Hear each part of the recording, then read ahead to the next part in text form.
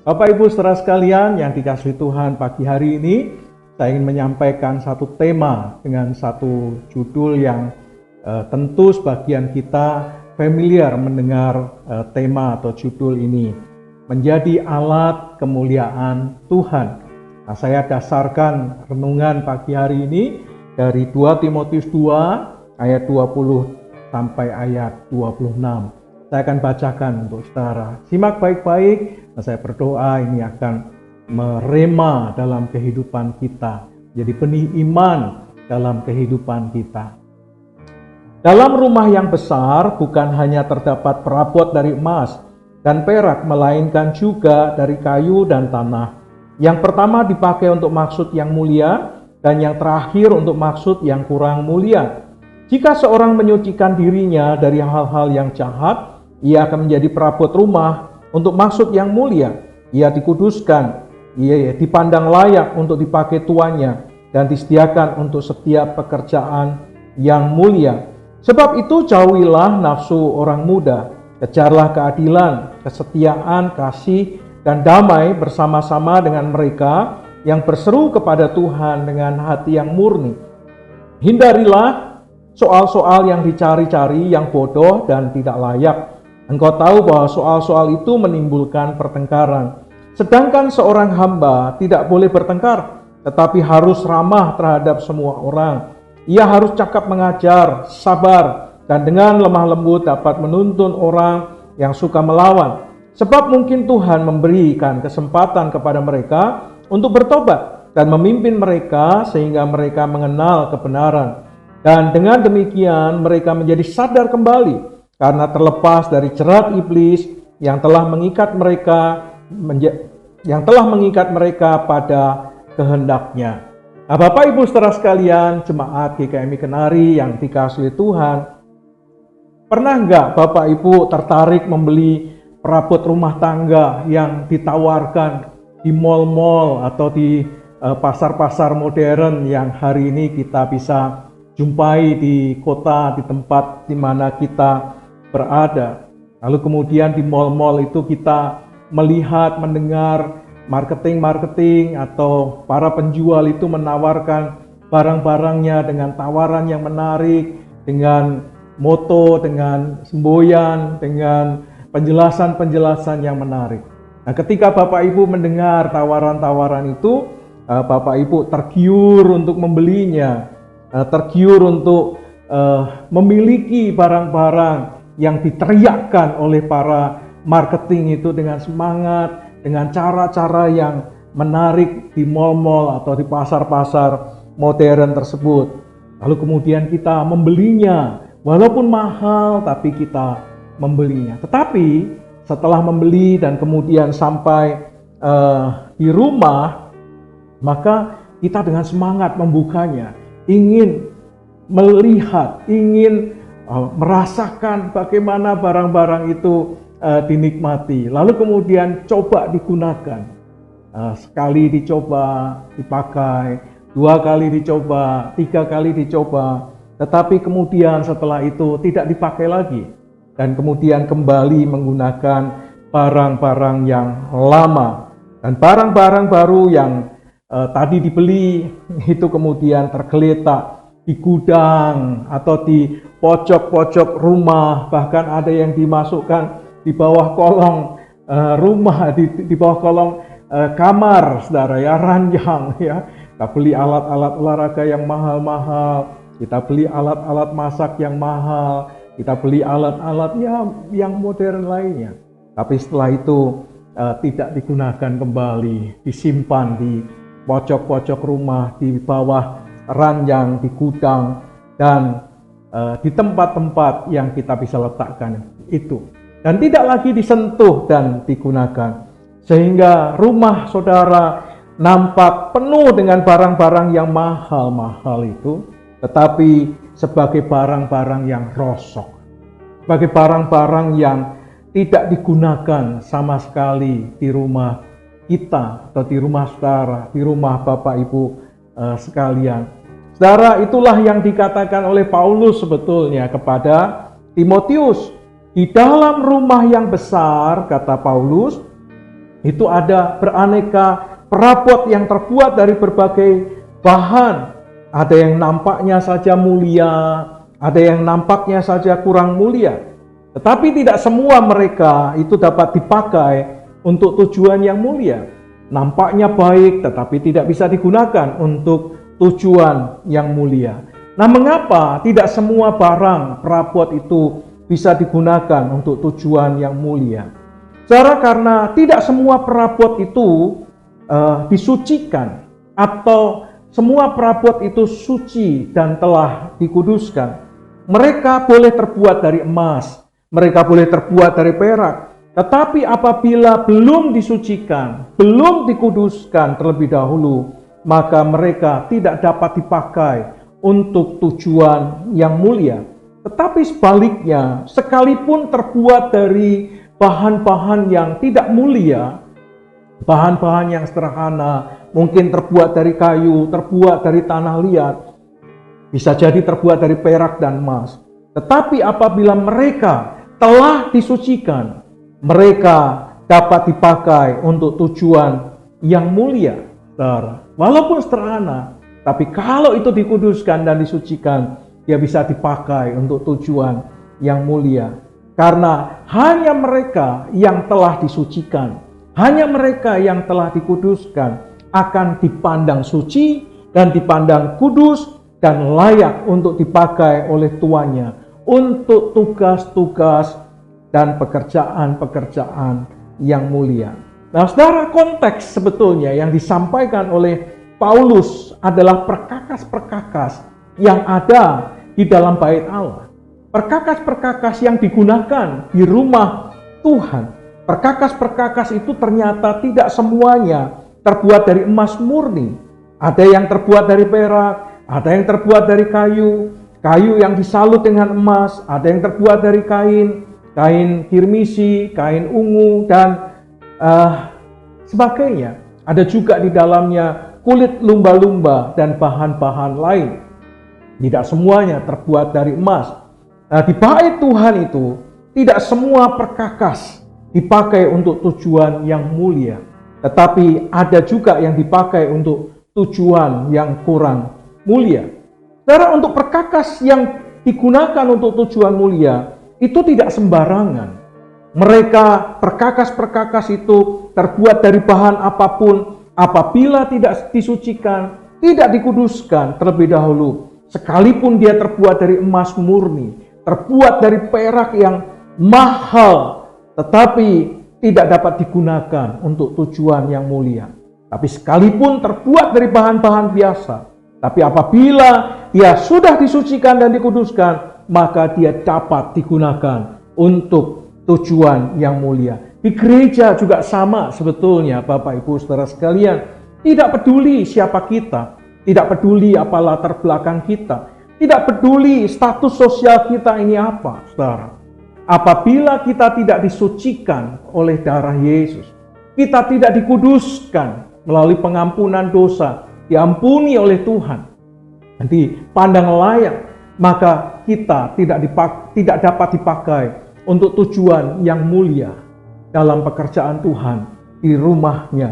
Oleh karena itu, kita, umatnya, anak-anaknya, perlu dikuduskan, perlu disucikan terlebih dahulu, sehingga Bapak, Ibu, Saudara, dan saya dapat dipakai untuk kemuliaan Tuhan, dapat dipakai untuk tujuan yang mulia, yang melaluinya nama Tuhan bisa dipermuliakan.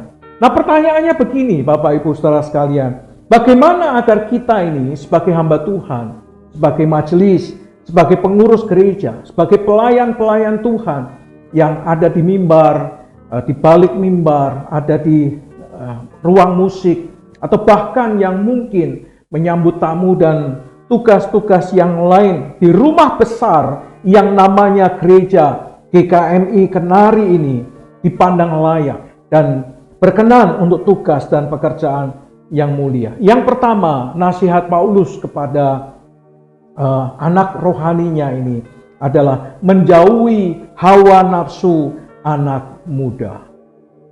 Kita harus menjauhi hawa nafsu anak muda, tetapi mengejar keadilan, kesetiaan, kasih, dan damai dengan hati yang murni. Tidak ada motif lain kecuali untuk tujuan yang mulia. Saudara, apakah ini berarti ayat ini hanya untuk anak-anak muda saja? Karena anak-anak muda nafsunya besar, sehingga perlu dikendalikan dengan baik dalam setiap hidupnya supaya bisa dipakai oleh Tuhan untuk tujuan yang mulia. Saudara, ayat ini tidak hanya ditujukan untuk anak-anak muda, tapi Alkitab mengatakan jauhilah nafsu anak muda. Jadi orang tua pun bisa memiliki nafsu yang sama seperti yang dimiliki oleh anak-anak muda. Ayat ini tidak berarti bahwa orang tua itu tidak dapat jatuh dalam dosa yang disebabkan oleh hawa nafsu seperti yang terjadi pada anak-anak muda. Secara catatan sejarah menunjukkan kepada kita bahwa terjebak dalam berbagai hawa nafsu itu bukan hanya anak-anak muda yang terjebak, tetapi banyak orang tua juga jatuh di dosa yang sama, terjebak di dalam dosa yang sama. Nah, coba perhatikan perkataan Paulus dengan baik-baik dan teliti bahwa hawa nafsu ini tidak hanya berbicara tentang masalah seksualitas, saudara. Jadi jangan berpikir ketika Paulus mengatakan jauhilah hawa nafsu anak muda, ini hanya berbicara tentang seksualitas, hanya berbicara tentang percabulan, hanya bicara tentang hawa nafsu hubungan laki-laki dan perempuan. Bukan, saudara, tapi hawa nafsu di sini juga berbicara tentang keserakahan. Berbicara tentang ketamakan.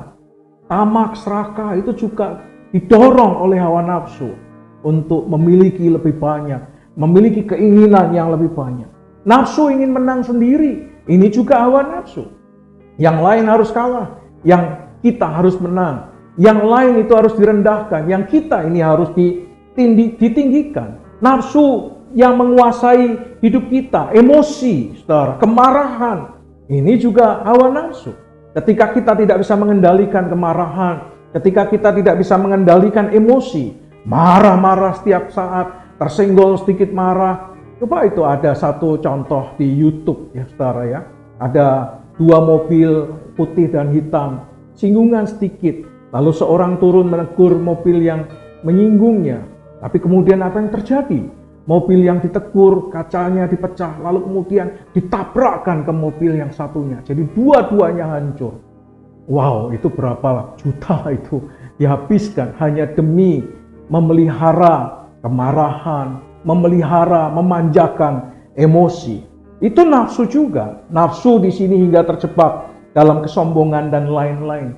Orang yang tinggi hati itu juga karena hawa nafsu, saudara. Jadi hawa nafsu tidak hanya berhubungan dengan seksualitas, tapi berbicara juga tentang nafsu kesombongan, emosi, kemarahan, penguasaan diri, menang sendiri, keserakahan, dan ketamakan. Sehingga saudara membuat mereka yang tidak dapat berbuat adil dengan orang lain, membuat mereka tidak dapat membagikan kasih kepada orang lain dengan baik, tidak dapat hidup damai dengan orang lain. Bagaimana bisa hidup damai jikalau selalu ingin menang sendiri, selalu ingin yang tertinggi, selalu ingin memiliki banyak, take it all, ya, yang lain tidak perlu mendapatkan. Saudara, hawa nafsu itu merupakan satu keinginan yang tidak mau berhenti sebetulnya. Pada satu titik, tidak mau berhenti. Dan selalu menginginkan kesenangan-kesenangan yang tiada habisnya. Baik yang berhubungan dengan biologis, ingin lebih lagi. Sehingga ketika tidak terpuaskan, dia marah dengan pasangannya.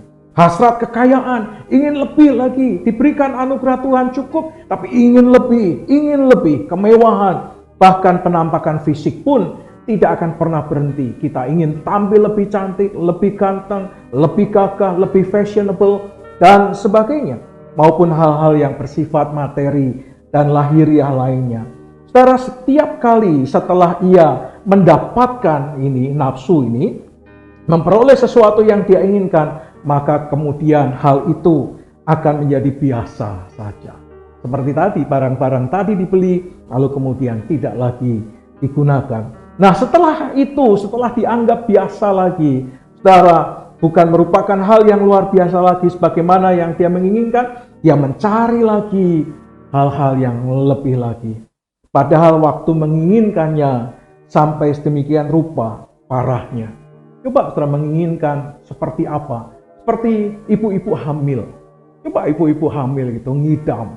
Ya ingin sesuatu, duren tengah malam jam 1, jam 2 cari duren di mana, saudara? Di Pelang udah tutup. Di Dawe udah tutup. Bagaimana mau cari duren? Pokoknya ya enggak minta duren, saudara.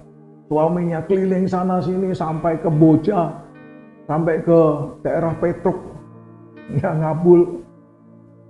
Dapat duren hanya 1. Ketika sampai rumah, sudah nggak punya nafsu.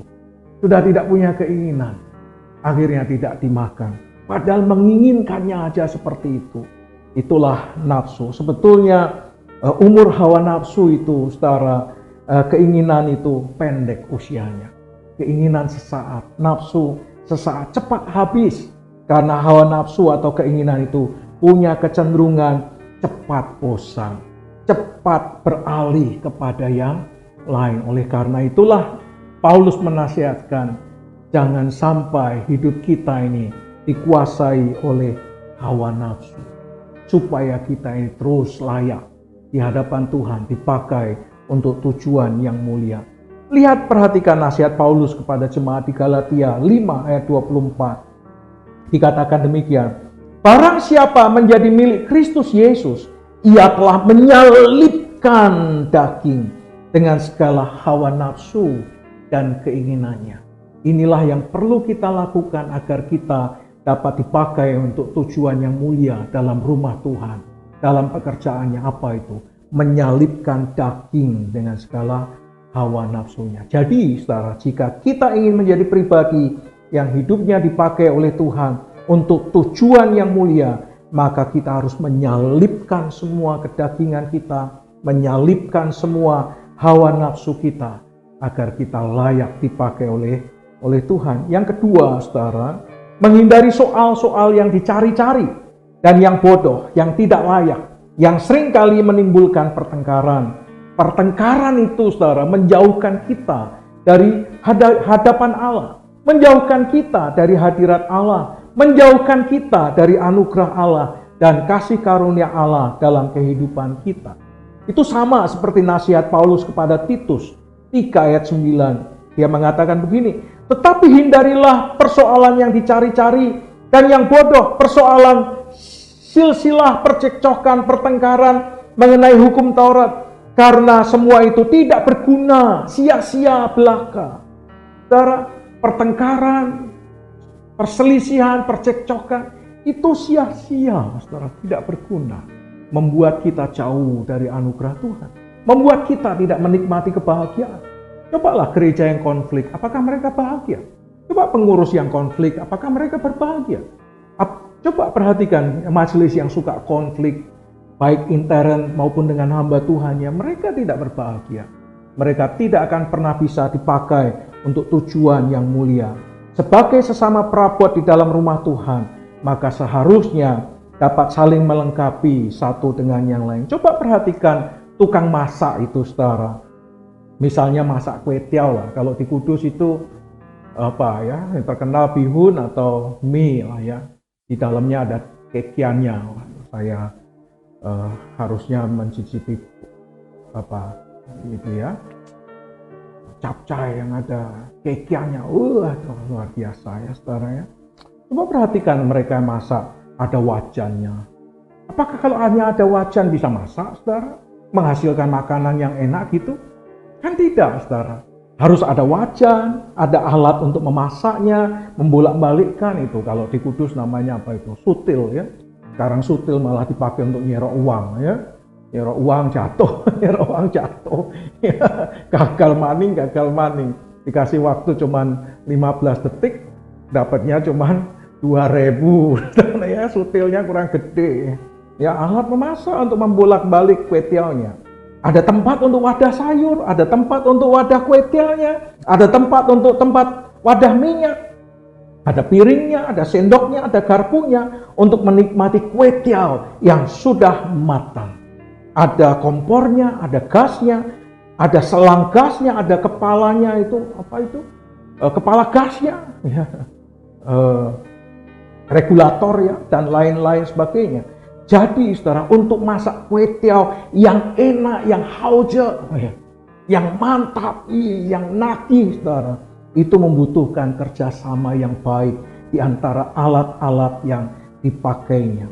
Saudara, demikianlah di dalam gereja, di GKMI Kenari ini saudara. Di dalam gereja, tidak semua memiliki status sosial yang sama, latar belakang yang sama, tingkat pendidikan yang sama, kemampuan yang sama, talenta yang sama, kepandaian, kecerdasan yang sama. Tetapi saudara, apabila setiap saudara dan saya sebagai bagian dari GKMI Kenari memiliki tujuan mulia yang sama, apabila setiap kita di GKMI Kenari dapat bekerja sama saudara, dengan sangat baik, maka tidak ada yang tidak dapat kita kerjakan. Semua dapat dikerjakan dan menghasilkan satu jamuan makan yang enak. Menghadirkan satu yang mulia yang dapat mempermuliakan Tuhan. Saudara, gereja tidak hanya dapat mencapai pertumbuhan kualitas yang baik, tetapi juga dapat mencapai pertumbuhan secara kuantitas dengan sangat maksimal. Karena ketika Tuhan ditinggikan, maka Dia menarik banyak orang datang kepadanya. Amin. Mari saudara, setelah kita merayakan Paskah ini, what next? Bagaimana saudara? Mari saya ajak saudara, yuk rindukan hidup saudara dipakai oleh Tuhan untuk tujuan yang mulia. Di dalam wadah besar GKMI Kenari ini, siapapun saudara, dari latar belakang apapun, status pendidikan seperti apa, yuk kita kerjasama untuk dipakai Tuhan di rumah besar Tuhan GKMI Kenari, sehingga melaluinya hadir kemuliaan Tuhan, buah-buah roh, buah-buah kebaikan, sehingga melaluinya terjadi pertumbuhan baik secara kualitas maupun kuantitas. Amin. Amin. Puji Tuhan. Mari kita berdoa.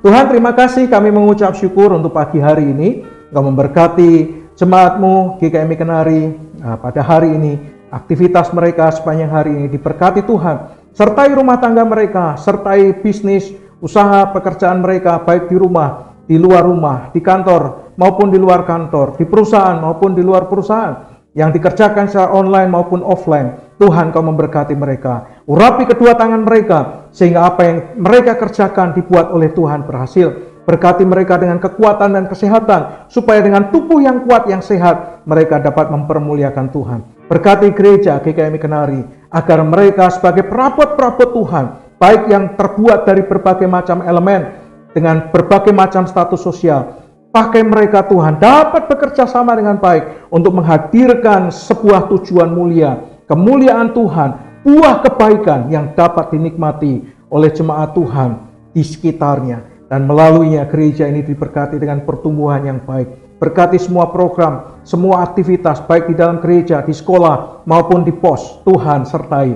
sehingga apa yang dikerjakan, nama Tuhan saja yang dipermuliakan. Terima kasih Tuhan, kami mengucap syukur untuk pagi hari ini. Kami menyerahkan aktivitas kami dari pagi hingga petang ini ke dalam tangan anugerah Tuhan, supaya nama Tuhan saja yang dipermuliakan. Kuduskan roh jiwa tubuh kami, layakkan kami untuk dipakai bagi kemuliaan nama-Mu. Kiranya damai sejahtera dari Allah Bapa, cinta kasih sayang daripada Tuhan Yesus Kristus, persekutuan pertolongan pimpinan dan kuasa Roh Kudus menyertai saudara sekalian dari sekarang sampai selama-lamanya, di dalam nama Tuhan Yesus Kristus. Amin. Puji Tuhan.